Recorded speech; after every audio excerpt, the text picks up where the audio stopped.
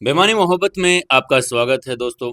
और सुकून FM channel अगर आपने अभी तक सब्सक्राइब नहीं किया है तो जल्दी से सब्सक्राइब कर लें और कहानी को इसी तरीके से प्यार देते रहें। दोस्तों, आज हम सुनने जा रहे हैं 336वां एपिसोड।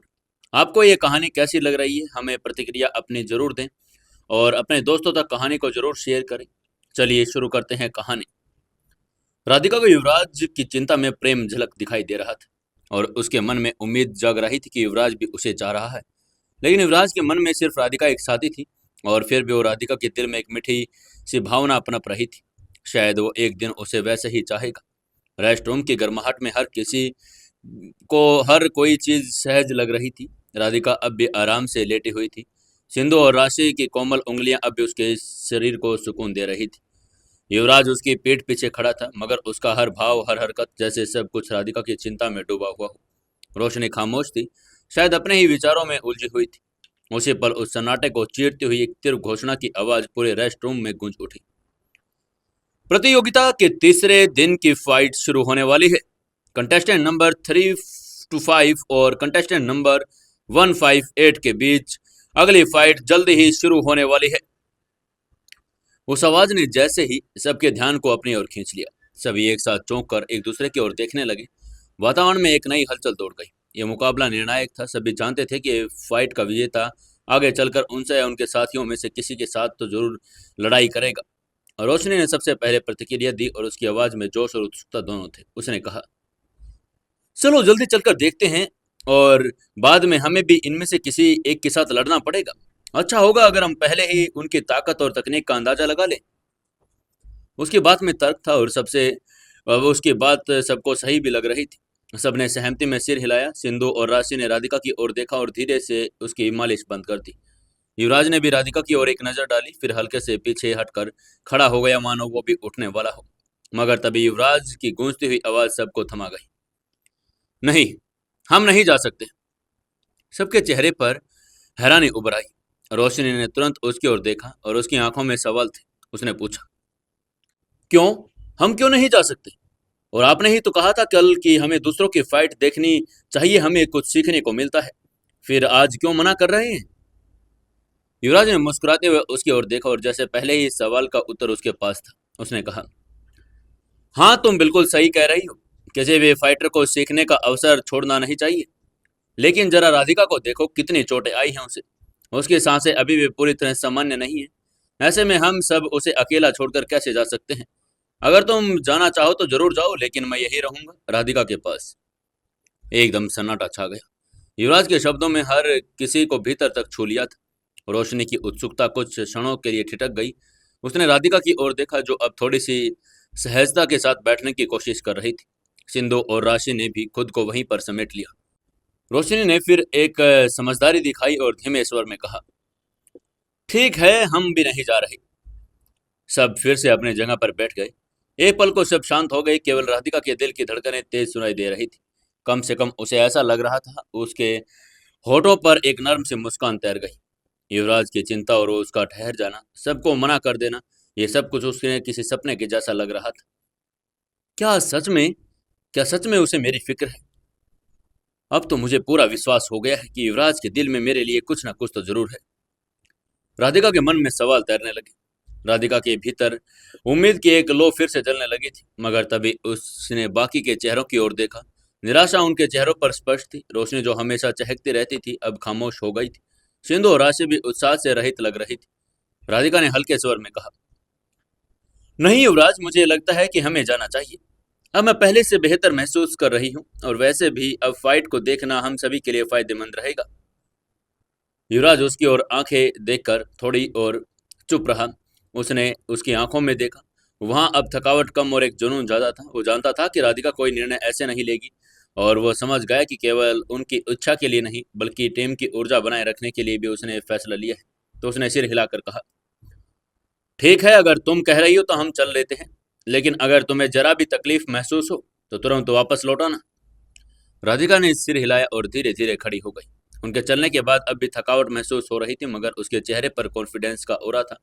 सबने मिलकर उसका साथ दिया और अब वो धीरे धीरे रेस्ट रूम से बाहर निकलने लगे, नए मुकाबले की ओर, नए अनुभव की ओर, शायद अपने भावनाओं की परतों को और गहराई से समझने की ओर। दर्शक गैलरी में धीरे धीरे भीड़ बढ़ती जा रही थी। हर कोई अगले मुकाबले को लेकर उत्साहित था और अब राधिका, युवराज, रोशनी, सिंधु, राशि सभी आराम करने के बाद दर्शक गैलरी में अपने अपने स्थानों पर बैठ गए थे। सबकी नज़र अब रिंग पर थी, जहां पहले से ही दो फाइटर खड़े थे, कंटेस्टेंट नंबर 325 और कंटेस्टेंट नंबर 158। दोनों के शरीर में एक अलग ही प्रकार का निश्चय टपक रहा था। उनकी मुद्रा से स्पष्ट था कि वो दोनों फाइट के लिए पूरी तरह से तैयार होकर आए थे, लेकिन फिर भी उनके चेहरे पर एक मिस्टीरियस शांति छाई हुई थी, जो एक संकेत दे रही थी कि वो साधारण फाइटर नहीं थे। सिंधु और राशि ने दोनों ने अपनी और जगह पर गंभीरता से बैठी रही। उन्होंने अपनी आंखें बंद कर ली और एकाग्र होकर अपने भीतर ऊर्जा बिंदु को सक्रिय करते हुए सामने खड़े दोनों कंटेस्टेंट की ऊर्जा का लेवल पता लगाने की कोशिश करने लगे। वे अपने गुरु युवराज के सामने खुद को साबित करना चाहती थी। उनके माथे पर कंसंट्रेशन की रेखाएं थी और उनका ध्यान रिंग में खड़े दोनों फाइटर्स पर केंद्रित हो गया था। लेकिन कुछ क्षणों बाद सिंधु ने धीरे से अपनी आंखें खोली और हल्के से सिर हिलाया। राशि ने भी एक गहरी सांस लेते हुए आंखें खोली और युवराज की ओर देखने लगी। युवराज पहले से ही उन दोनों को गौर से देख रहा था। उसने मुस्कुराते हुए उन्हें छेड़ते हुए कहा, सिंधु और राशि, क्या हुआ? क्या कर रही थी तुम दोनों? सिंधु थोड़ी शर्माते हुए बोली, युवराज जी, हम तो कोशिश कर रहे थे उनकी ऊर्जा के लेवल का पता लगाने की। युवराज हंस पड़ा, एक सदी हुई हंसी जिसमें एक उपहास नहीं था और न ही कोई घमंड था, और उसने स्नेह से कहा, यह तो बहुत अच्छी बात है कि तुम दोनों कोशिश कर रही हो। कोशिशें ही हमें अपने लक्ष्य तक पहुंचाती है। लेकिन याद रखो, हर फाइटर अपनी ऊर्जा को खोल कर नहीं रखता। कुछ फाइटर ऐसे भी होते हैं, वे अपनी ऊर्जा को इस तरह छिपाते हैं कि कोई उसका अंदाजा भी नहीं लगा सकता। उसने रिंग की ओर इशारा करते हुए फिर कहा, इन दोनों ने अपनी ऊर्जा केंद्रों को इतनी सफाई से बंद किया है कि न सिर्फ तुम दोनों बल्कि मुझे भी अभी तक इनके लेवल का अंदाजा नहीं हो पाया। सभी की नजरें अब फिर से रिंग की ओर मुड़ गई। वहां खड़े कंटेस्टेंट एक दूसरे की ओर सीरियस नजरों से देखने लगे। उनके भीतर भले ही स्थिर थे, लेकिन उनकी नजरों में वो ज्वाला थी जो फाइट से पहले की और ज्यादा उठ रही थी। राधिका, जो अब थोड़ा बेहतर महसूस कर रही थी, धीरे से मुस्कुराई और बोली, युवराज सही कह रहा है, मुझे भी ऐसा ही लग रहा है। ये दोनों फाइटर स्ट्रीट फाइटर्स हैं, जिनके पास कोई विशेष तकनीक नहीं होती, पर उनकी आक्रामकता और अनुभव ही उनका सबसे बड़ा हथियार होता है। युवराज ने सहमति में सिर हिलाया और कहा, बिल्कुल, उनके चाल, उनके अड़े रहने का तरीका और सब कुछ यही बता रहा है कि उन्होंने कोई ट्रेडिशनल ट्रेनिंग नहीं ली, बल्कि ये तो उन सड़कों के फाइटर लगते हैं जो इंसान से को लड़ना सिखाती है, जिंदगी की सच्ची लड़ाइयों से भी। रोशनी ने अपनी आंखें छिड़कोड़ते हुए कहा, मुझे भी यही महसूस हो रहा है। इन दोनों को इस शरीर में लचक है, लेकिन अनुशासन की कमी है। शायद यही इनकी ताकत भी हो, कमजोरी भी। सिंधु और राशि अब पहले से अधिक सतर्क हो गई थी। उन्होंने महसूस किया कि सिर्फ ऊर्जा का आभास काफी नहीं होता। कभी कभी एक फाइटर की चाल, उसकी आंखें और उसकी चुप्पी भी बहुत कुछ कह जाती है। इसी बीच पूरे स्टेडियम में गूंजती घोषणा की आवाज ने सबका ध्यान अपनी ओर खींचा। रेफरी ने कहा, प्रतियोगिता के तीसरे दिन की दूसरी फाइट का पहला राउंड शुरू होने जा रहा है। रिंग में खड़े हैं कंटेस्टेंट नंबर 325 और कंटेस्टेंट नंबर 158। कृपया सभी दर्शक अपनी सीटों पर ध्यान से बैठ जाएं और शांति बनाए रखें। जल्दी ही शुरू होने वाला है ये भीषण मुकाबला। घोषणा के साथ ही पूरे स्टेडियम में सन्नाटा पसर गया। चारों ओर दर्शकों की नजरें बस रिंग की ओर गिर गई थी। युवराज ने राधिका की ओर देखा, जो पूरी तरह से सतर्क और उत्साहित लग रही थी। वो जानती थी कि जो फाइट अब शुरू होने वाली है वो उनके लिए केवल एक दर्शनीय मुकाबला नहीं, बल्कि एक सबक भी होगा। युवराज ने धीरे से कहा, इस फाइट को ध्यान से देखना, क्योंकि इन्हीं में से कोई एक हमारे सामने आने वाला है, और अगर हम उसके तकनीक और कमजोरी को समझ जाएं, तो बाद में लड़ना आसान होगा। सभी ने सहमति में सिर हिलाया। अब वे सिर्फ दर्शक नहीं, बल्कि एक फाइटर की तरह सीख रहे थे। स्टेडियम का माहौल अब पूरी तरह से गर्म हो चुका था। दर्शकों की नजरों में उत्साह था और हर कोई बेसब्री से इस मुकाबले का इंतजार कर रहा था। जैसे ही रेफरी ने घड़ी की ओर देखा और उसने फिर से बीच में आकर दोनों के हाथ उठाए और घोषणा की, पहला राउंड शुरू होने जा रहा है, और उसके बाद उसने सीटी बजा दी। दोनों फाइटर एक दूसरे की ओर झपटे। उनका अंदाज लगाना बिल्कुल अलग था कि कोई कम पारंपरिक मुद्रा भी नहीं थी और ना ही किसी विशेष स्कूल की तकनीक, बल्कि एक बेअदब और जंगली freestyle martial art. Contestant 325 ने पहला वार किया। वो लो स्टांस में झुककर 158 की टांगों पर झपट पड़ा, लेकिन 158 ने बड़े ही फुर्तीले ढंग से बैक फ्लिप लगाकर खुद को बचा लिया और साथ ही हवा में पलटते ही उसकी पीठ पर एक किक मारी। 325 थोड़ा लड़खड़ाया लेकिन तुरंत संभल गया। फिर सीधा एक जबरदस्त पंच 158 के पेट की ओर दे मारा। 158 ने ब्लॉक किया लेकिन उसके चेहरे पर सिकुड़न बता रही थी कि पंच में ताकत थी। दर्शक शीर्ष पर बैठे युवराज, राधिका, रोशनी पूरे ध्यान से इस फाइट को देख रहे थे। देखा तुमने, 158 का बैक फ्लिप बहुत सफाई से किया गया है, लेकिन उसका लैंडिंग पॉइंट गलत था। अगर 325 जल्दी से काउंटर अटैक करता तो सीधा उसकी पसले पर वार कर सकता था। युवराज ने राधिका की ओर झुकते हुए कहा, क्या इस फाइट में उन लोगों को आगे की मदद मिलेगी या फिर इस फाइट में वो लोग और भी उलझ जाएंगे? क्या होगा आगे जानने के लिए जुड़े रहिए अपने इस कहानी के साथ। दोस्तों, कहानी को ज़्यादा से ज़्यादा कमेंट करें, लाइक करें और शेयर जरूर करें। दोस्तों, 337वें एपिसोड में आपका स्वागत है। चलिए शुरू करते हैं कहानी। युवराज अपने सभी साथियों के साथ एक दूसरे कंटेस्टेंट की फाइट को देख रहा था। तभी वो राधिका की और रोशनी उनके मूव के बारे में आपस में बात करने लगे। युवराज उन्हें बता रहा था कि अगर 325 थोड़ी सी भी जल्दी करता तो उसकी पसलियों पर वार कर सकता था। राधिका ने भी सिर हिलाकर कहा, हाँ, लेकिन 158 के मुंह में लचीलापन है। मुझे लगता है कि वो फुर्तीला है, लेकिन 325 की ताकत उससे ज्यादा है। रोशनी ने अपनी नजरें हटाए बिना ही कहा, 325 के पंच की गति देखो। वो क्लासिकल पंच नहीं है, बल्कि स्ट्रीट फाइट में इस्तेमाल होने वाले क्रॉस पंच हैं, पर उनमें दम तो है। सिंधु और राशि दोनों चुप थी, पर उनकी आंखें चमक रही थी। एक के साथ एक मूव समझने और सीखने की कोशिश कर रही थी, जैसे हर वार, हर ब्लॉक उनके दिमाग में दर्ज हो रहा था। रिंग में फाइट और तेज हो चुकी थी। 158 ने अब घुटने के बल झुककर एक स्वीप किक चलाई, जिससे 325 का बैलेंस बिगड़ गया। वो थोड़ी देर के लिए गिरते गिरते बचा, लेकिन उसने पलटते ही 158 की गर्दन की ओर एक हुक पंच मारा। 158 ने सिर झुकाकर खुद को बचा लिया, लेकिन बालों की कुछ लटें हवा में उड़ गई और इशारा था कि वो वार बेहद नजदीक से गुजर गया था। ये तो दिलचस्प हो गया।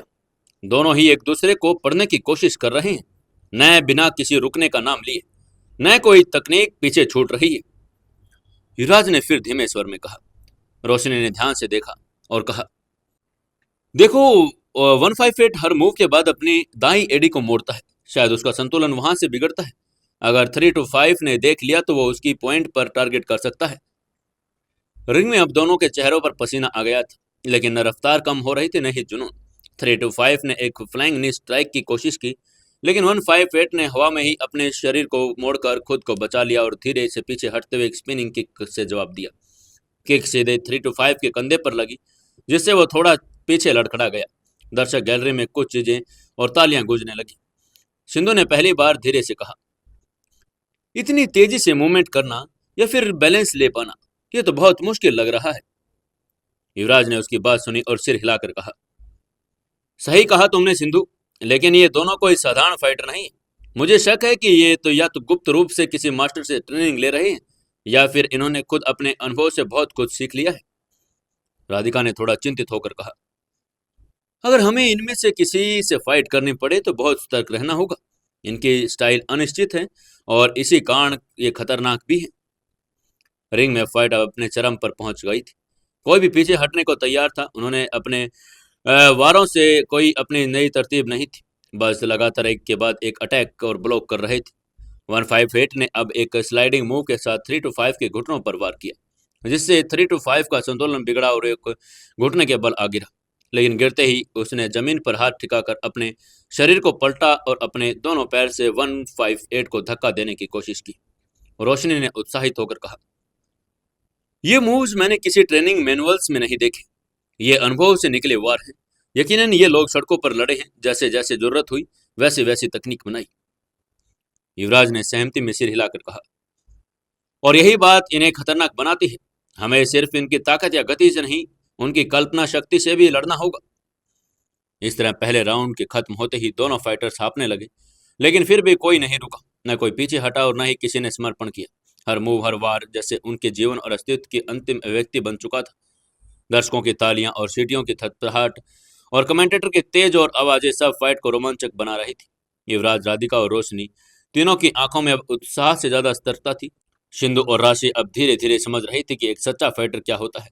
केवल तकनीक ही नहीं, बल्कि आत्मा, संकल्प और धैर्य का संगम भी बैठाना पड़ता है। तभी उन्होंने देखा कि 325 ने ऊपर उठकर 158 के जबड़े पर एक किक मारी और 158 लड़खड़ाता हुआ नीचे गिर गया। रेफरी ने उनके पास जाकर देखा। अब वो दोबारा खड़ा नहीं हो सकता था। उसकी हालत देखकर रेफरी ने काउंटडाउन शुरू किया, 1 2 3, और फिर रेफरी ने 3 to 5 की बाजू पकड़कर उसे ऊपर उठा दिया। तभी कमेंटेटर ने आवाज लगाई, इसी के साथ पहला राउंड समाप्त होता है। पहले राउंड के विजेता हैं कंटेस्टेंट नंबर 3 to 5।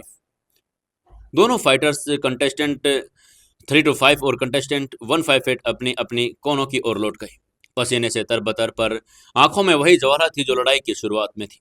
पूरा स्टेडियम ताली और सीटियों से गूंज रहा था। हर दर्शक की सांसें थमी थी, जैसे वो सब इस लड़ाई का हिस्सा हों। युवराज की आंखों में एक अलग ही चमक थी। वो राधिका और रोशनी के साथ दर्शक गैलरी में बैठा हुआ था, पर अचानक उसकी दृष्टि बदल गई, जैसे किसी अंदरूनी प्लान ने उसके मस्तिष्क को झकझोर दिया हो। उसने धीरे से अपनी नजरें राधिका और रोशनी से हटाकर अपनी दोनों शिष्याओं सिंधु और राशि की ओर घुमाई। वो समझ चुका था कि समय आ गया है कुछ ऐसा करने का जो सिर्फ प्लान का हिस्सा नहीं, बल्कि उनके प्रशिक्षण और भावी मुकाबलों की दिशा भी तय करेगा। सिंधु, राशि, इन दोनों की फाइट देखकर मेरे दिमाग में एक जबरदस्त आइडिया आया है। जाओ, मेरे कमरे में काउंटर पर एक गोल्डन डिब्बी रखी है, जल्दी से उसे लेकर आओ। युवराज ने गंभीर कॉन्फिडेंस भरे स्वर में कहा। उसने अपनी जेब से कार्ड निकालकर उन्हें थमा दिया। दोनों लड़कियों ने बिना किसी हिचकिचाहट से उसकी बात मानी और तत्परता से उसके कमरे की ओर चल दी। उनके कदमों में उत्सुकता और आंखों में सवाल था। राधिका और रोशनी ने एक दूसरे की ओर देखा, फिर युवराज की ओर। उनकी आंखों में भी आश्चर्य आ गया था कि ये कौन सी डिब्बी है जो इतनी महत्वपूर्ण थी कि एक फाइट के बीच अचानक उसकी जरूरत पड़ जाए। युवराज ने उनके मन की उत्सुकता को पढ़ लिया और हल्के से मुस्कुराया। उसकी मुस्कान में एक रहस्य छिपा था, एक ऐसा रहस्य जो केवल समय आने पर ही आएगा। मुझे पता है तुम दोनों के दिमाग में हजारों सवाल घूम रहे हैं, लेकिन तुम दोनों चिंता मत करो। जैसे ही सिंधु और राशि वापस आएंगे, तुम्हें सब कुछ पता चल जाएगा। युवराज ने अपनी रहस्यमय मुस्कान के साथ उन दोनों को कहा। राधिका को यह बात और भी उत्साहित कर गई। उसने आंखों में चमक लिए पूछा, बताओ ना युवराज, तुम्हारे दिमाग में चल क्या रहा है? कुछ तो हिंट दो। युवराज ने हल्का सा सिर हिलाया, मानो उसकी जिद प्यारी हो, लेकिन वो इस बार झुकेगा नहीं। नहीं, अभी नहीं। यह तुम्हारे लिए एक सरप्राइज है, और सरप्राइज अगर पहले ही बता दिया तो उसका क्या ही मजा आएगा, उसने सादगी से कहा। रोशनी ने हल्की मुस्कान के साथ सिर हिलाया, लेकिन उसकी आंखों में भी वही जिज्ञासा थी जो राधिका की आंखों में चमक रही थी। उसने मन में कई विचार भी आ गए थे। क्या यह डिब्बी कोई नई ऊर्जा की गोली है, या फिर कोई दुर्लभ औषधि जिसे उन्होंने पहले कभी नहीं देखा? क्या युवराज उन्हें कोई नई शक्ति से परिचय कराने जा रहा था? सिंधु और राशि की वापसी का इंतजार करते हुए राधिका का मन और भी व्याकुल हो रहा था। वो सोच रही थी कि युवराज अचानक इतना रहस्यमय क्यों हो गया।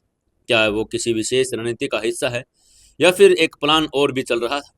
उसी समय उसके भीतर यह भी एहसास हुआ कि युवराज ने जिस कॉन्फिडेंस और शांति से आदेश दिया, वो किसी ऐसे व्यक्ति का संकेत है जो हर चीज को पूरी तरह से नियंत्रित करना जानता है। और यह एहसास राधिका के दिल को और भी अधिक युवराज की ओर खींच रहा था। इस बीच स्टेडियम में हलचल जारी थी। दूसरे राउंड की तैयारी हो रही थी, लेकिन युवराज, राधिका, रोशनी और इस वक्त सबसे महत्वपूर्ण बात थी वो गोल्डन डिब्बी, जिसे देखने के लिए अब सबकी नजरें सिंधु और राशि के वापस लौटने पर टिकी हुई थी। आखिरकार दोनों शिष्याएं तेज कदमों से लौटती दिखाई दी। सिंधु ने दोनों हाथों से वो गोल्डन डिब्बी संभाल रखी थी। जैसे युवराज के पास पहुंची, उसने बड़ी ही श्रद्धा से वो डिब्बी उसके हाथों में दे दी। अब उसकी नज़र डिब्बी पर टिकी हुई थी। ये कोई मामूली डिब्बी नहीं लग रही थी। सुनहरे रंग की यह डिब्बी उस क्षण कमरे में किसी दिव्य वस्तु जैसा प्रतीत हो रही थी। युवराज के चेहरे पर एक शांत लेकिन गंभीर मुस्कान थी, और डिब्बी उसने अपने दोनों हाथों में रखी हुई थी। वो उसे बड़ी नजाकत से पकड़कर जैसे कोई पुराना खजाना थामे हो बस निहारते जा रहा था। उसके चेहरे पर एक मंद मुस्कान थी। रोशनी और राधिका की आंखों में भी अब वही चमक थी जो बच्चों की आंखों में होती है जब उन्हें लगता है कि उनके सामने कोई जादू होने वाला है। वो दोनों एकटक युवराज की ओर देख रही थी, जैसे उसके चेहरे पर हर कोई ये रहस्य पढ़ लेना चाहती हो। लेकिन युवराज अब भी चुप था, डिब्बी को देखते हुए खोया हुआ था। राधिका अब और नहीं रुक पाई। वो थोड़ा आगे झुकी और उसने बच्चों की तरह अधीरता से कहा, युवराज, अब तो बता दो, क्या है इस डिब्बे में? क्या सरप्राइज है? मुझसे और इंतजार नहीं हो रहा। युवराज ने जैसे ही आवाज सुनी, उसने गहरी सांस ली, जैसे अपने भीतर से कुछ समेट रहा हो। फिर अपनी नजर अपनी डिब्बी से हटाई और सीधे राधिका की आंखों में देखा। उसके होठों पर एक कोमल मुस्कान थी। फिर उसने कहा, चलो तुम सब जल्दी से मेरे साथ रेस्ट रूम में चलो, वहां सब कुछ बताऊंगा और दिखाऊंगा भी। इतना कहते हुए वो डिब्बी को दोनों हाथों में थामे हुए रेस्ट रूम की ओर चल दिया। उसके कदमों में विश्वास और गति दोनों थी। जैसे कोई फाइटर अपने खजाने को सुरक्षित स्थान पर लेकर जा रहा हो। चारों लड़कियां वहीं स्तब्ध खड़ी हैरानी से उसकी पीठ देखते रही, जैसे किसी रहस्य से भरे दृश्य का हिस्सा बन गई हो। उसकी हरकतें देखकर राधिका के मन में हल्का सा गुस्सा भी आ गया था, लेकिन उसने खुद को संयमित रखा और बिना कुछ कहे चुपचाप उठकर युवराज के पीछे पीछे चल दी। उसकी चाल में अनकही बेचैनी थी, जैसे वो नाराज थी, लेकिन उस नाराजगी के पीछे एक गहरी उत्सुकता भी छिपी हुई थी। उसके पीछे रोशनी, सिंधु और राशि भी चल रही थी। सबके मन में सवाल घूम रहा था, इस सुनहरी डिब्बे में ऐसा आखिर है क्या जिसे युवराज इतनी गंभीरता से लेकर जा रहा है? क्या लगता है दोस्तों आपको, क्या होगा इस डिब्बे में और क्या करेगा इसके साथ युवराज? जानने के लिए जुड़े रहिए अपनी इस कहानी बेमानी मोहब्बत के साथ।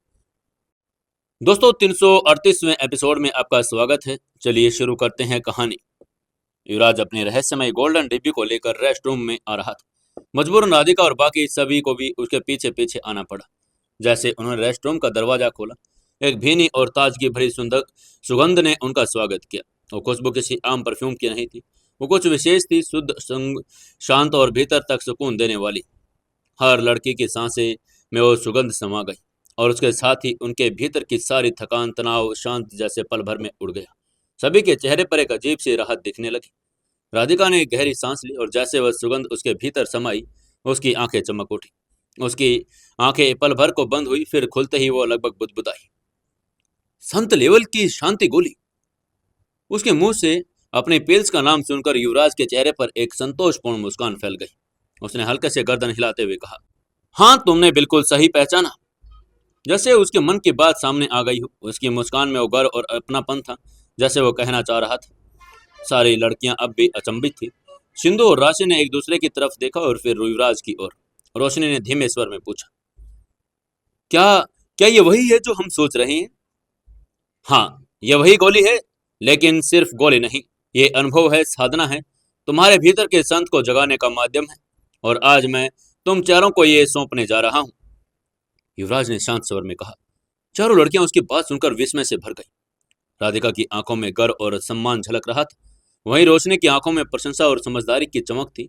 सिंधु और राशि अब सब कुछ समझने की कोशिश कर रही थी, लेकिन उनके मन में स्पष्ट था कि उनके गुरु उन्हें आज कुछ विशेष देने जा रहे हैं। जैसे युवराज ने पूरी डिब्बी की खोल ली, उसमें से एक मध्यम गोल्डन चमक और मन मोह लेने वाली भीनी भीनी सुगंध अब और तेज हो गई। उसके भीतर सुनहरे रंग की कुछ गोलियां करीने से रखी हुई थी। रोशनी ने आंखें विस्मय से फैला ली और सिंधु और राशि की सांसें तो जैसे थम सी गई थी। राधिका ने आगे बढ़कर उन गोलियों में से एक को हाथ लगाया और उसकी कोमल उंगलियां उस चमचमाती गोली पर फिसल गई। जैसे उसने आंखें मूंदते हुए सुगंध को भीतर तक खींचा, एक पल को लिए शिथिल हो गई, फिर हल्की मुस्कान के साथ बोली, इसकी सुगंध से ही पता चल रहा है कि ये उच्च गुणवत्ता की है। इसमें सूर्य गोल्डन घास और सफेद घास जैसी दुर्लभ जड़ी बूटियों की खुशबू मिल रही है। लेकिन इतनी दुर्लभ चीज, ये गोलियां तुम्हारे पास आई कहां से युवराज? युवराज ने हल्के से मुस्कुराते हुए सिर हिलाया और कहा, तुमने बिल्कुल सही पहचाना राधिका, ये गोलियां उन्हीं जड़ी बूटी से बनी है और ये मुझे मिली थी एक इनाम के तौर पर सीनियर अभिमन्यु से। और जब मैं उनके कहने पर सफेद ठंडी घास लेकर आया था। उसके इतना कहते ही राधिका की आंखों में आश्चर्य और भी गहरा हो गया। उसकी आंखें और भी बड़ी हो गई, चेहरे से मांस खटाकर वो हैरानी से बोली, तुम सफेद घास लेकर आए थे, लेकिन वो तो बहुत ही दुर्लभ होती है। पूरे भारत में केवल 2 ही स्थानों पर पाई जाती है और वहां भी जानवर को भयंकर खतरा होता है। कब और कैसे गए तुम वहां? उसके प्रश्न अभी भी अधूरे थे, लेकिन सिंधु और राशि दोनों बीच में बोल पड़ी। उनकी आवाजों में गर्व और श्रद्धा चमक रही थी। उसने कहा, आप बिल्कुल सही कह रही हैं राधिका दीदी। जब उस घास को लेने गए थे, तब युवराज जी ने एक भालू, भेड़िए के झुंड और एक सफेद बाघ से न केवल लड़ाई की, बल्कि हमारी जान आखिर और मैं उस बाघ की भी जान बचा ली थी। उसकी बात सुनकर राधिका के होठों पर अचानक ही निकल गया, व्हाइट टाइगर से फाइट? उसकी आंखों में अब जिज्ञासा से कहीं ज्यादा चिंता और गर्व की चमक आ गई थी। युवराज ने एक लंबी सांस लेते हुए मुस्कुरा कर कहा, हाँ सफेद बाघ, वो इस सफर का सबसे कठिन मोड़ था। लेकिन ये कहानी अब सुनाऊंगा तो सब भावुक हो जाएंगे। अभी तो बस ये समझो कि वो गोलियां सिर्फ किसी ऊर्जा बूस्टर की तरह नहीं, और वो ध्यान, एकाग्रता और संत स्तर की आंतरिक शांति पाने के लिए एक कुंजी होती है। राधिका के चेहरे पर मिश्रित भाव थे, हैरानी, प्रशंसा और किसी भीतर पर एक हल्की सी बेचैनी। इस लड़के ने कितनी खतरनाक राहें पार कर ली थी। रोशनी भी भावुक हो गई थी। उसने धीरे से कहा, हमें पता नहीं था कि आपने कितनी बड़ी मुश्किलें झेली हैं। युवराज ने अपने हाथ राधिका के कंधे पर रखते हुए कहा, तुम्हारे लिए नहीं, अपने लक्ष्य के लिए। और उस रास्ते पर जो भी मेरे साथ चला वो मेरा साथी बनता चला गया। तुम्हारे बिना मैं कुछ भी नहीं।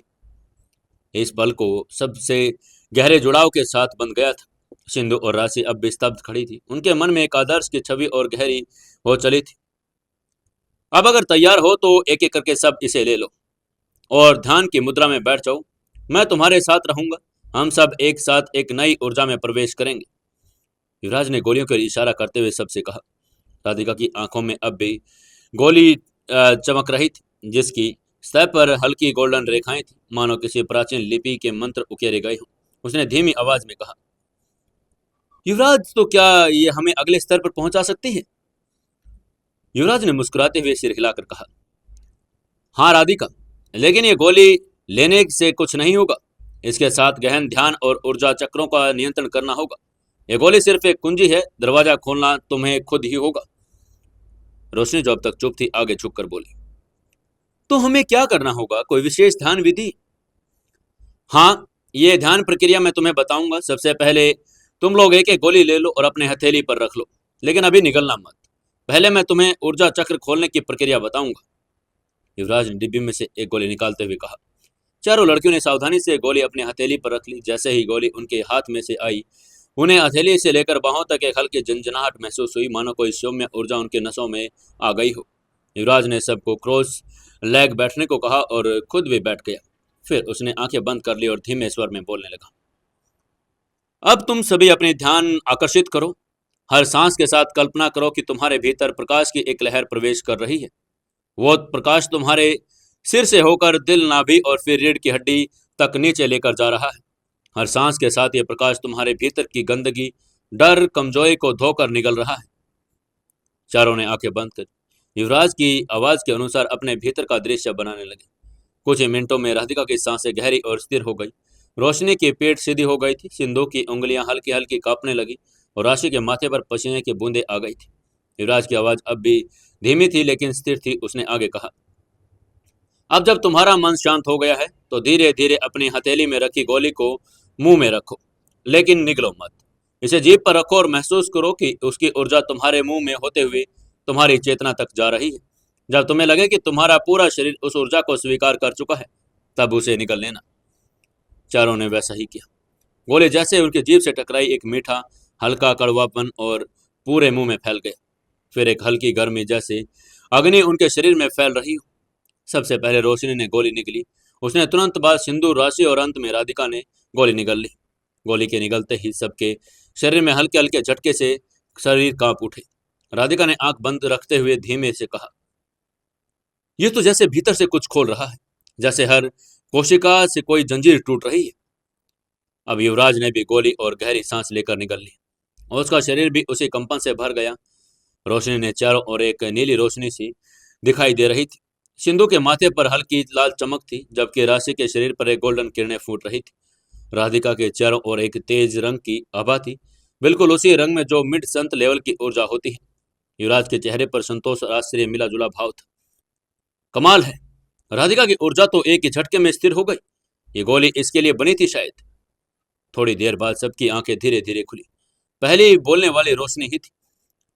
मेरे भीतर कुछ जग गया है, एक नई ताकत जो पहले कभी महसूस नहीं हुई। सिंधु ने भी सिर हिलाकर कहा, हाँ गुरुदेव, मुझे भी लग रहा है जैसे मेरी सोच साफ हो गई, जैसे मेरी हर हरकत पहले से ज्यादा सटीक और तेज हो गई। राशि ने भी कहा, और मुझे अपनी मांसपेशियों में एक नई मजबूती का एहसास हो रहा है, जैसे अब हर अंग जग चुका है। राधिका थोड़ी देर तक कुछ नहीं बोली। फिर उसने आंखें खोली और एक लंबी सांस ली। उसने कहा, युवराज, मैंने जैसे अपने भीतर एक दरवाजा खोल लिया और उस दरवाजे के पार सिर्फ शांति और स्थिरता ही है। मुझे लग रहा है कि अब मैं मिड संत के शिखर पर पहुंच चुकी हूं। युवराज ने मुस्कुराते हुए सिर हिलाया और कहा, मुझे भी यही लग रहा है। तुम सबने बहुत अच्छा किया। अब इस शक्ति को स्थिर करना है, नियंत्रित करना है, और सबसे जरूरी है इसे गलत जगह पर इस्तेमाल नहीं करना। चारों लड़कियां चुपचाप सिर हिलाकर उसकी बातों को आत्मसात कर रही थी। बाहर अब अगली लड़ाई की घोषणा भी शुरू हो चुकी थी, लेकिन इस रेस्ट रूम में आज जो परिवर्तन हुआ था वो एक साधारण नहीं था।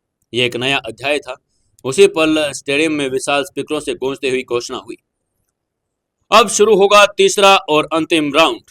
कंटेस्टेंट नंबर 325 और 158 के बीच। सभी अपने दिलों को थाम ले और खिलाड़ियों का उत्साहवर्धन भी करें। ये सुनते ही युवराज की पूरी टीम जैसे एक झटके में चेतना में आ गई। ध्यान की गहराइयों में डूबे रहने के कारण उन्हें पता ही नहीं चला कि दूसरा राउंड कब समाप्त हुआ और 325 ने एक बार फिर 158 को पराजित कर दिया था। अब सबकी निगाहें तीसरे और निर्णायक राउंड पर बन गई थी। बिना देर किए हुए सभी दर्शक गैलरी की ओर दौड़े और अपने पसंदीदा जगहों पर बैठकर अपने सामने हो रहे घटनाक्रम को पूरे ध्यानपूर्वक देखने लगे। क्या लगता है आपको दोस्तों, इस राउंड में कौन जीतेगा? क्या कोई 158 दोबारा से पलटवार कर देगा? जानने के लिए जुड़े रहिए अपनी इस कहानी के साथ। दोस्तों, कहानी को ज़्यादा से ज़्यादा शेयर करें, कमेंट करें, लाइक जरूर करें। दोस्तों, 339वें एपिसोड में आपका स्वागत है। चलिए शुरू करते हैं कहानी। स्टेडियम का माहौल रोमांच से भरा हुआ था। हजारों दर्शकों की चीखें, तालियां और सीटी की आवाजें माहौल को और भी अधिक तेज बना रही थी। रिंग के बीचों बीच दोनों फाइटर शांत खड़े थे, पर उनकी आंखों में एक तूफान था। वही तूफान जिसे हर अनुभवी फाइटर अपने भीतर पालता है और जीत की भूख के आगे बढ़ जाता है। सिंधु और राशि जो अब ऊर्जा को एनालिसिस करने में अधिक सक्षम हो चुकी थी, उन्होंने एक बार अपनी चेतना को केंद्रित किया। उन्होंने अपनी आंखें बंद की और अपनी हथेलियां रिंग की ओर फैलाई और अंतरिक्ष से आती ऊर्जा की लहरों को अपने भीतर महसूस करने लगी। कुछ ही क्षणों बाद सिंधु ने भी अपनी आंखें खोली, जिसमें आश्चर्य और उत्साह की चमक थी। उसने धीरे से कहा, युवराज जी, अब हमारी चेतना और भी विस्तृत हो चुकी है। इस बार हम दोनों कंटेस्टेंट की ऊर्जा को स्पष्ट रूप से पहचान पा रहे हैं। युवराज, जो पहले से उनके भीतर के कौशल पर गर्व महसूस कर रहा था, उत्सुकता से उनकी बात सुनने लगा। सिंधु ने आगे कहा, कंटेस्टेंट नंबर 325 राइजिंग संत लेवल का फाइटर है और उसकी ऊर्जा प्रवाह अत्यंत सशक्त और लचीला है, जबकि 158 अब भी शबर लेवल के स्टेज 3 पर ही है। राशि ने सहमति में सिर हिलाते हुए जोड़ा, हाँ, लेकिन ये भी ध्यान देने की योग्य है कि 158 के भीतर एक विशेष प्रकार की दृढ़ता है।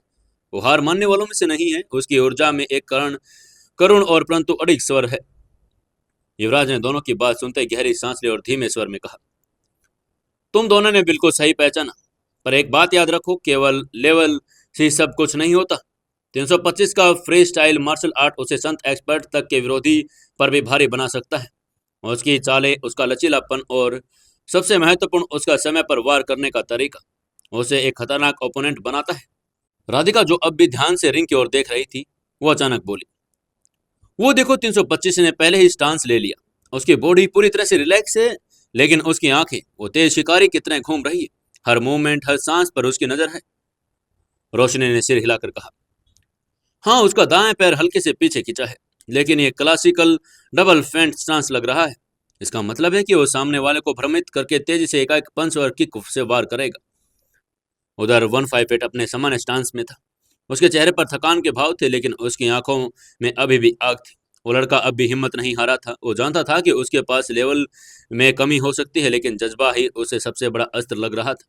सिंधु ने देखा और फिर बोली, उसका बायां हाथ उसके बहुत हल्का कांप रहा है। शायद उसकी मांसपेशियां चोटिल हैं, लेकिन वो फिर भी मैदान छोड़ने को तैयार नहीं।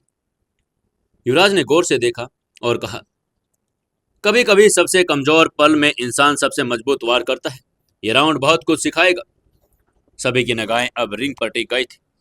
हवा में जैसे एक बिजली सी फैल गई थी। 325 ने हल्के से अपने हाथ को झटका और उसका शरीर एक लचीले बांस की तरह लहरा गया। उसने एक गहरी सांस ली और फिर एकदम से सामने बढ़ा। दोनों फाइटर्स एक दूसरे की ओर तेजी से बढ़े। शुरुआत 158 ने की और उसने एक तेज रोटेटिंग किक मारी जो हवा में घूमते हुए 325 की पसलियों की ओर जा लगी, लेकिन 325 ने बड़ी ही आसानी से अपनी शरीर को पीछे खींच लिया और उसका वार खाली चला गया। 325 ने मौका नहीं गंवाया। उसने बिजली की तेजी से 158 के पैर के पकड़ पर हमला किया और एक अनोखा मूव किया, स्लाइडिंग लो स्वीप, जिसने उसने जमीन पर घुटनों के बल फिसलते हुए 158 के पैर पर एक झटका दे दिया। 158 का संतुलन बिगड़ गया और धड़ाम से रिंग पर गिर पड़ा। ओ माय गॉड, ये मूव मैंने पहले कभी नहीं देखा। इतनी कम ताकत में इतनी प्रभावशाली टेक डाउन तकनीक, ये तो बहुत अद्भुत है। रोशनी ने आंखें फाड़ते हुए कहा, हाँ, ये स्लाइडिंग लो स्वीप तो सीखनी ही चाहिए हमें। कम से कम ऊर्जा खर्च में दुश्मन को जमीन चटा देना वाकई में चमत्कारी मूव है। राधिका ने भी सहमति जताते हुए कहा। युवराज मुस्कुराया। उसकी नजरें अब भी 325 की चालों पर टिकी थी। यह लड़का फ्री स्टाइल में मास्टर है। इसके चालें टेक्स्ट बुक में नहीं, अनुभव से निकली गई। रिंग में अब 158 घुटनों के बल खड़ा होने की कोशिश कर रहा था, लेकिन 3-5 ने उसे मौका नहीं दिया। वो आगे बढ़ा और अपनी कोहनी से एक जोरदार डबल नी एल्बो स्ट्राइक मारी जो सीधे 158 की छाती पर जाकर लगी। 158 की आंखें फट गई, उसका शरीर पीछे की ओर उछला और दीवार से टकरा कर गिर गया। सिंधु की सांसें थम गई। ये मूव भी नया है, एक साथ दोनों घुटनों को टिकाकर कोहनी से हमला करना, इसे डबल नी एल्बो स्ट्राइक कह सकते हैं शायद। एक साथ दो अंगों का प्रयोग कर इतनी ताकत से वार करना, ये तो बहुत ऊंचे लेवल की समझ है, हमें इस पर भी ध्यान देना होगा। राधिका ने फिर उनकी ओर देखकर कहा। अब 325 पूरी तरह से हावी हो चुका था। उसने अगले ही पल में 158 के ऊपर मूव्स की बारी शुरू कर दी। एक तेज स्पिनिंग बैक फिस्ट, फिर कंधे से धक्का देकर साइड थ्रो और अंत में भयंकर स्प्लिट्स किक, जिससे 158 फिर जमीन पर गिर पड़ा और इस बार वो उठ नहीं सका। 158 की सांसें तेज थी, लेकिन आवाज उसके गले में अटक गई थी।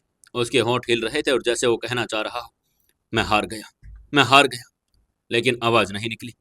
3-5 उसकी ओर बढ़ा। उसकी आंखों में कोई घमंड नहीं था, सिर्फ शांति थी। उसने धीरे से झुककर 158 के पास फुसफुसाते हुए कहा, तुम्हारे भीतर हिम्मत है, लेकिन अभी नहीं। आज तुम थक चुके हो, बस आराम करो। फिर उसने धीरे से 158 की आंखें बंद कर दी और खुद उठाकर रेफरी की ओर मुड़ गया। रेफरी ने रिंग में बीचों बीच आकर 3-5 का हाथ उठाया और ऐलान किया, आज का विजेता है कंटेस्टेंट नंबर 3-5। स्टेडियम तालियों की गूंज से भर गया। दर्शकों ने खड़े होकर उस फाइटर को सम्मान दिया जिसने ताकत से ज्यादा आत्म संयम और दया का परिचय किया था। युवराज की आंखें भी चमक रही थी। यह लड़का सिर्फ ताकतवर नहीं, यह सच्चा फाइटर है। ताकत तब तक अधूरी है जब तक उसमें करुणा न हो, उसने कहा। राधिका ने गहरी सांस ली और कहा, हम सबको उससे सीखना चाहिए, केवल जीतने के लिए ही, बल्कि एक सच्चा फाइटर बनने के लिए। रोशनी, सिंधु और राशि ने भी सहमति में सिर हिलाया। वे सब उस फाइट से न केवल मनोरंजन बल्कि शिक्षा ले रहे थे, और वे जानते थे कि यह फाइट सिर्फ वार करना नहीं, बल्कि हर वार के पीछे भावना को समझना भी उतना ही जरूरी होता है। दर्शक गैलरी में अभी भी उत्साह और रोमांच का माहौल था। तीसरे राउंड की समाप्ति के बाद सभी दर्शक धीरे धीरे अपने स्थानों से उठ रहे थे, लेकिन तभी एक अप्रत्याशित मोड़ आ गया। रेफरी की ओर से एक हलचल हुई। उसने मंच के बीचों बीच खड़े होकर अपना माइक उठाकर गंभीर आवाज में बोला, कृपया ध्यान दे, कृपया ध्यान दे, अभी अभी एक विशेष अनुरोध प्राप्त हुआ है। कंटेस्टेंट नंबर 3-5 ने स्वयं आगे बढ़कर अगली फाइट के लिए कंटेस्टेंट नंबर 2-1 को चुनौती दे दी है। यह फाइट कल सुबह की पहली फाइट होगी। रेफरी की बात पूरी होते ही दर्शक गैलरी में एक सन्नाटा छा गया। सबकी नजरें मंच से हटकर दर्शकों की ओर घूमी जहां युवराज की टीम बैठी थी। युवराज ने तुरंत राधिका की ओर देखा और फुसफुसाते हुए बोला, कंटेस्टेंट नंबर 2-1 यानी रोशनी, लेकिन ये तो अभी सिर्फ शबर लेवल की स्टेज 4 पर है और 325 तो राइजिंग संत लेवल का फाइटर है। ये मुकाबला कैसे कर पाएगी? उसके स्वर में चिंता साफ झलक रही थी। एक पल के लिए तो सभी चुप हो गए। रोशनी के चेहरे पर डर की छाया दौड़ गई। उसका रंग उड़ गया और वो स्तब्ध सी बस सामने मंच की ओर देख रही थी, जैसे उसके कानों ने सुना नहीं था। सिंधु और राशि भी हक्की बक्की रह गई। एक पल में जो फाइट उन्हें रोमांचक लग रही थी अब बोझ लगने लगी थी। राधिका ने धीरे से रोशनी की ओर देखा। उसकी आंखें बड़ी बड़ी और डर से नमी आ गई थी, होठ कांप गए थे और उसका पूरा शरीर सफेद पड़ गया था। उसने ध्यान से देखा कि रोशनी की हथेलियां पसीने से भीगने लगी थी। राधिका ने तुरंत युवराज की बांह से छूते हुए धीरे से कहा, तुम धीरे बोलो, रोशनी को यह सब सुनकर घबराहट होगी। हमें उसे हिम्मत देनी है, डर नहीं। युवराज की आंखों में क्षण भर के लिए झिझक और फिर स्वीकार्यता झलक गई। वो समझ चुका था कि रोशनी को अभी सबसे ज्यादा अगर किसी फाइट की जरूरत थी तो वो था आत्मबल और साथ। युवराज ने गहरी सांस ली और कहा, तुम ठीक कह रही हो राधिका, अगर हम उसे जीत दिला नहीं सकते तो कम से कम उसे लड़ने के लायक बना सकते हैं। उसे यकीन दिलाना होगा कि वो हारने के लिए नहीं, सामना करने के लिए खड़ी हो रही है। राधिका ने रोशनी की ओर देखा और उसमें अब डर नहीं बल्कि एक अलग सी भावना उमड़ने लगी थी। युवराज, राधिका, रोशनी, सिंधु और राशि पांचों चुपचाप खड़े दर्शक गैलरी से निकलकर अपने अपने कमरे की ओर चल पड़े थे। चारों ओर की भीड़ शोर से मगन थी, लेकिन उनकी टोली के भीतर एक गहन शांति छा गई थी। हॉल में चलते हुए युवराज के मन में कई प्लान्स घूमने लगे। अगर हमें रोशनी का लेवल बढ़ाना है तो हमें आज रात उसकी ऊर्जा पर काम करना होगा। हमें ध्यान की नई तकनीक सीखनी होगी। राधिका ने हाँ में सिर हिलाया और कहा, सिर्फ ध्यान ही नहीं, उसे वो स्पेशल ड्रिंक और लेवल 3 की ऊर्जा गोली भी दी जा सकती है। इससे उसकी ऊर्जा स्थिर होगी और उसके भीतर शक्ति जागेगी। सिंधु ने उत्साह से कहा, हम सब मिलकर उसकी ऊर्जा को स्थिर करने में मदद करेंगे। आज रात हम उसकी चेतना को उस लेवल तक पहुंचा देंगे जहां वो कल कम से कम अपनी पूरी क्षमता के साथ खड़ी रहे। राशि ने भी कहा, और हम उसे मुकाबले में ऐसे मूव सिखाएंगे जो कम ताकत से भी ज्यादा असरदार हो। ये जरूरी नहीं कि सिर्फ ताकत से लड़ा जाए, तकनीक भी मायने रखती है। इसी बीच रोशनी चुपचाप सभी की बातें सुन रही थी। उसके भीतर एक नई ऊर्जा का संचार हो रहा था। वो जानते थे कि कल के फाइट आसान नहीं होगी, शायद वो अब तक की उसकी सबसे कठिन परीक्षा होगी, लेकिन अब वो अकेली नहीं थी। क्या लगता है दोस्तों आपको, रोशनी उससे जीत पाएगी या नहीं? क्या होगा कल की कहानी में, जानने के लिए जुड़े रहिए कहानी के साथ। दोस्तों 340वें एपिसोड में आपका स्वागत है। चलिए शुरू करते हैं कहानी। रोशनी, जिसके सामने अब अगले सुबह पर एक चुनौती के लिए खड़ी थी, वो वर्तमान लेवल पर कहीं ऊपर था। एक राइजिंग संत लेवल का फाइटर 325 ने स्वयं उसे चुनौती दी, और अब रोशनी अभी इस सबर लेवल के 3 स्टेज पर थी और वो उसे बहुत कम थी। कमरे तक पहुंचते पहुंचते रोशनी के मन में डर की जगह एक अलग ही किस्म की तैयारी आ चुकी थी। राधिका ने उसके कंधे पर हाथ रखा और कहा, अब तुम खुद पर भरोसा रखो। आज की तुम्हारी साधना रात की होगी और कल तुम एक फाइटर बनकर मंच पर उतरोगी। इस भावनात्मक संकल्प के साथ सभी उसके कमरे की ओर बढ़ने लगे, तैयारी एक रात की साधना के लिए, और जहां उन्हें एक सामान्य लड़कियों के एक संत फाइटर को चुनौती देने के लिए तैयार करना था। रात के अंधेरे में युवराज, राधिका, सिंधु और राशि सभी उसके कमरे में थे। कमरा हल्की पीली नीली रोशनी में डूबा हुआ था। दीपक जल रहे थे, अगरबत्तियों की मध्यम सुगंध वातावरण को पवित्र बना रही थी। राधिका के सबसे पहले कमरे के मध्य में एक ऊर्जा मंडल खींच लिया, जिसे उन्होंने त्रिकोश ध्यान व्रत कहा, और एक प्राचीन विद्या थी जिसमें केवल वे ही जानते थे जो ऊर्जा नियंत्रण में पारंगत हो चुके थे। रोशनी, हम जानते हैं कि तुम्हारे सामने की चुनौती असंभव जैसी लगती है, लेकिन याद रखो, इस संसार में कुछ भी असंभव नहीं होता। जब तक तुम आत्मा को जगा लेती हो, तुम्हारे लिए सब कुछ आसान है। राधिका ने रोशनी को कहा। रोशनी की आंखें भर आई, उसका गला रुंध सा गया, लेकिन उसने खुद को संभाला और कहा, मैं तैयार हूं, लेकिन क्या मैं सच में अगले लेवल पर पहुंच सकती हूँ, वो भी इतने कम समय में? युवराज उसके सामने था, उसकी आंखों में विश्वास था और शीतल भी। उसने दृढ़ स्वर में कहा, शक्ति हमेशा बाहर नहीं मिलती रोशनी। कई बार तुम्हें अपनी पीड़ा, अपने डर और अपने अतीत को ही जलाकर ऊर्जा बनाना पड़ता है। इस रात्रि का हर क्षण तुम्हारी आत्मा को निखारने वाला होगा। हम सब तुम्हारे साथ हैं। राधिका ने उसे विशेष ध्यान वृत्त के केंद्रों में बिठाया। सिंधु और राशि ने कमरों की कोनों में खड़े होकर विशेष मुद्राएं बनाई और शुद्धिकरण मंत्र का उच्चारण करने लगी। चारों दिशाओं में से ऊर्जा का प्रवाह बढ़ने लगा। हवा स्थिर हो गई और कमरे का तापमान धीरे धीरे ठंडा होते हुए एक शांत गहराई में प्रवेश करने लगा। रोशनी ने आंखें मूंद ली। उसने अपनी हथेलियां ध्यान मुद्रा में जोड़ी और धीमे धीमे लंबी लंबी सांसें लेना शुरू कर दी। उसकी सांसें एक राग की तरह सुनाई देने लगी थी। उसके मन में स्मृतियां जाग रही थी। वो जब पहली बार मार्शल आर्ट्स की ट्रेनिंग में गिरी थी, और जब उसे कमजोर कहकर सब लोग हंस रहे थे। जब उसके गुरु ने कहा था, शक्ति वहां नहीं है जो शरीर को दिखे, शक्ति वहां है जो हृदय को हिला दे। रोशनी की सांसें और गहरी होती गई। अब वो केवल सांस नहीं ले रही थी, उस ऊर्जा को खींच रही थी, ब्रह्मांड की हर सूक्ष्म ऊर्जा को, जिसमें प्रथम अग्नि तंतु कहा जाता है। राधिका ने धीरे से एक कांच की छोटी शीशी की गोली निकाली, जिसमें से एक चमकीली निकली धूप निकली और कमरे में फैल गई। यह नील वर्ण ध्यान धूप थी, जो केवल ऊर्जा संधान के समय प्रयोग में लाई जाती थी। उसका प्रभाव सीधा साधक के आत्मा पर पड़ता था। अब ध्यान केंद्रित करो रोशनी, अपने मूलाधार चक्र से आरंभ करो, उसे महसूस करो। तुम्हारे शरीर का वो स्थान जहां स्थिरता, अस्तित्व और आत्मरक्षा की ऊर्जा संग्रहित होती है, उसे उठाओ और जगा दो। राधिका ने रोशनी की तरफ देखते हुए कहा। रोशनी ने अपनी चेतना को अपने मूलाधार चक्र पर केंद्रित किया। उसके चारों ओर लाल रंग की एक मध्यम रेखा उभर आई और धीरे से और प्रखर हो गई। सिंधु और राशि ने एक साथ उच्च स्वर में मंत्रोच्चार किया। उस मंत्र की गूंज ने रोशनी के शरीर में कंपन पैदा कर दी। उसकी आंखें भले ही बंद थी, लेकिन अंदर की दृष्टि सक्रिय हो चुकी थी। मूलाधार चक्र की लाल ऊर्जा उसके नाभि के चक्र की ओर बढ़ने लगी। घंटों का समय बीत गया। हर एक चक्र, हर एक नाड़ी, हर एक बिंदु की रोशनी धीरे धीरे जागृत होती गई। उसके माथे पर पसीना बहने लगा था, लेकिन उसके होठों पर एक दिव्य मुस्कान थी। उसकी आत्मा रो रही थी, लेकिन उसकी ऊर्जा नाच रही थी। अंत में जब रात के तीसरे पहर का समय आ गया था, रोशनी ने आंखें खोली। उसके चारों ओर सुनहरी ऊर्जा का चमकता हुआ वृत्त बन गया था। उसकी सांसें अब स्थिर थी और उसकी दृष्टि में अब भय नहीं, केवल विश्वास ही विश्वास चमक रहा था। युवराज आगे बढ़ा, उसका हाथ थाम लिया और कहा, तुम अब भी सबर लेवल पर हो, लेकिन तुम्हारी चेतना अब संत लेवल को छूने के कगार पर है। अगर तुमने अगले कुछ घंटों में इसे साध लिया तो तुम न केवल उस लड़ाई के लिए तैयार होगी, बल्कि अपने भीतर के डर को हमेशा के लिए जला दोगी। रोशनी ने सिर हिलाया और पहली बार कहा, अब डर नहीं लगता युवराज। अब सिर्फ लड़ना है अपने लिए और अपने विश्वास के लिए। मैं कर ही लूंगी।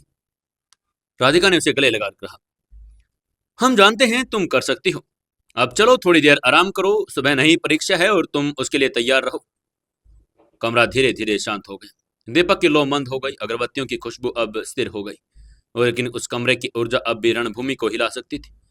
युवराज अपने कमरे की आराम करने के लिए आ गया, जबकि चारों लड़कियां वहीं रोशनी के कमरे में ही थी। राधिका बिस्तर पर लेटी हुई थी। रात की भारी खामोशी अब धीरे धीरे भोर की मीठी सांसों में बदलने लगी थी। चांद की हल्की रोशनी खिड़की की झिरी से होकर राधिका के चेहरे पर पड़ रही थी, लेकिन जैसे इस सूरज की पहली किरण ने आसमान में कैनवस को छूना शुरू किया, वैसे ही जैसे कोई अदृश्य शक्ति उसके मन के स्पर्श कर गई। राधिका ने के पलकों पर हलचल मचने लगी। एक गहरी सांस लेकर उसने अपनी आंखें खोली और कमरे में सन्नाटा था, लेकिन उस सन्नाटे में एक अजीब सी ताजगी थी। सामने दीवार पर लगी घड़ी की सुइयां बता रही थी कि सुबह के 5 बज गए थे। थोड़ी देर बाद उसने खुद को समेटा और वो बिस्तर से उतर गई। उसकी हरकत के पास ही बैठे गद्दे पर सोई रोशनी की नींद भी टूट गई। उसने आंखें मलते हुए राधिका को देखा और पूछा, इतनी जल्दी उठ गई? राधिका ने मुस्कुराते हुए कहा, आज का दिन बेहद महत्वपूर्ण है रोशनी, हर पल हमारे लिए कीमती है। रोशनी ने धीरे से सिर हिलाया और उठ गई। उसी समय बगल के कमरे में युवराज की आवाज आई, जो शायद पहले से जाग गया था। सब जल्दी से तैयार हो जाओ, आज हमें सिर्फ अभ्यास नहीं विश्वास भी बढ़ाना है। सभी के कमरे लगभग एक जैसे थे। लकड़ी की दीवारें, छोटा सा टेबल, एक अलमारी और एक बड़ा बिस्तर। राधिका ने अलमारी खोली और उसमें से एक मार्शल आर्ट सूट निकाल लिया। सूट नीले और काले रंग का एक सुंदर मेल था, जो उसकी काया पर सजकर उसे फाइटर कर राजकुमारी जैसा लग रहा था। उसने एक पल अपने कपड़े बदल लिए और पहले अंदर की लेयर, फिर सूट की मुख्य जर्सी और अंत में कमर पर बांधने की गोल्डन पट्टी। इस पट्टी पर उसके गुरुकुल का चिन्ह था, एक जलता हुआ दीपक जो अंधकार में प्रतीक हो रहा था। रोशनी ने भी अपना सूट को बाहर निकाला। उसका सूट हल्का बैंगनी रंग का था, जो उसकी गहनता और कोमलता दोनों का प्रतीक था। उसने बालों को कसकर पीछे बांध लिया और फिर चेहरे पर एक श्वेत मास्क लगा लिया। दूसरी ओर युवराज, जो हमेशा से अपने अनुशासन के लिए जाना जाता था, पहले ही अपने कपड़े पहन चुका था। उसने विशेष डार्क ब्लैक सूट पहन लिया था, जिसकी सिलाई में राइजिंग सेंट के चिन्ह थे। उसके सूट की बनावट कुछ अलग थी। उसकी गति को बाधित नहीं करता था, बल्कि उसकी मांसपेशियों को सहारा देता था। युवराज ने दर्पण के सामने खड़े होकर अपने मास्क को सावधानी के चेहरे पर लगाया, और यह मास्क आधा था, केवल उसकी आंखों और नाक को ढकता था, जिससे उसकी ठोड़ी और जबड़े की रेखाएं स्पष्ट दिखाई दे रही थी। वो मास्क एक रहस्य बन गया था। ये विरोधी और डर की जिज्ञासा का प्रतीक लग रहा था। सिंधु और राशि भी उठ चुकी थी। हालांकि वे प्रतियोगिता का हिस्सा नहीं थी, लेकिन उनकी भूमिका किसी फाइटर से कम नहीं थी। उन्होंने अपने सादे कपड़े पहन लिए और एक जल्दी से तैयार हो गई। दोनों ने अपने बालों को बांधते हुए एक दूसरे को हल्की सी मुस्कान दी। वो जानती थी कि आज उन्हें अपनी फाइटरों का पूरा साथ देना है, मानसिक रूप से और भावनात्मक रूप से भी। राधिका ने एक छोटा सा थैला तैयार किया। उसमें आवश्यक हर्ब और कुछ ऊर्जा पील्स और एक छोटा सा ऊर्जा का चक्र रखा, जो उसकी गुरु माँ ने उसे दिया था। रोशनी ने सारा ध्यान से एक छोटा सा तांबे का यंत्र रखा, जो ऊर्जा के प्रवाह को संतुलित करने में सहायक था। युवराज ने अपनी बेल्ट में एक छोटी सी लकड़ी की छड़ी बांधी थी। यह छड़ी सीनियर अभिमन्यु ने उसे दी थी, जो केवल तब सक्रिय होती थी जब कोई विशेष ऊर्जा बाधा सामने आती थी। सबके तैयार हो जाने के बाद वे धीरे धीरे कदमे कमरे से बाहर निकले। उनके कदमों की गति में विश्वास और चेहरे पर गंभीरता झलक रही थी। जैसे वे हॉस्टल के कॉरिडोर में निकले, उन्हें सूरज की हल्की किरणें चेहरे पर महसूस हुई। वो प्रकाश किसी आशीर्वाद जैसा लग रहा था। सिंधु ने हल्के स्वर में कहा, आज का सूरज कुछ अलग सा है ना? जैसे ये खुद हमें आशीर्वाद दे रहा हो। राधिका ने मुस्कुराते हुए कहा, हाँ, जैसे सारा ब्रह्मांड हमारे साथ चल रहा है। सभी धीरे धीरे कॉरिडोर पर आ गए और उस प्रार्थना कक्ष की ओर बढ़ने लगे, जहां वे अपने दिन की शुरुआत करते थे। वो कक्ष छोटा था, लेकिन वहां की ऊर्जा असीमित थी। दीवारों पर पुरातन फाइटरों की आकृतियां उकेरी गई थी। सामने एक दीपक जल रहा था और सभी ने एक एक करके उस दीपक के सामने अपना सिर झुका दिया।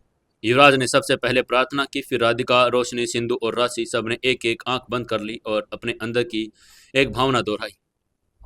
हमारी ऊर्जा, हमारी आत्मा, हमारा लक्ष्य, सब कुछ अडिग रही। आज की चुनौती हमारे लिए अवसर बने। तैयारियां पूरी हो चुकी थी। अब केवल अभ्यास, ध्यान और सामूहिक शक्ति को एकत्रित करने का अभ्यास था। सूरज पूरी तरह से आसमान में चढ़ गया था और उनके कदम अब फाइटिंग रिंग की ओर बढ़ रहे थे, जहां सिर्फ ताकत नहीं उनकी आत्मा की परीक्षा भी होनी थी। क्या लगता है दोस्तों आपको, क्या होगा आज कहानी में, क्या नया ट्विस्ट आने वाला है? जानने के लिए जुड़े रहिए कहानी के साथ और कहानी को ज़्यादातर लाइक करें, वीडियो को शेयर करें और कमेंट करके जरूर बताते रहें।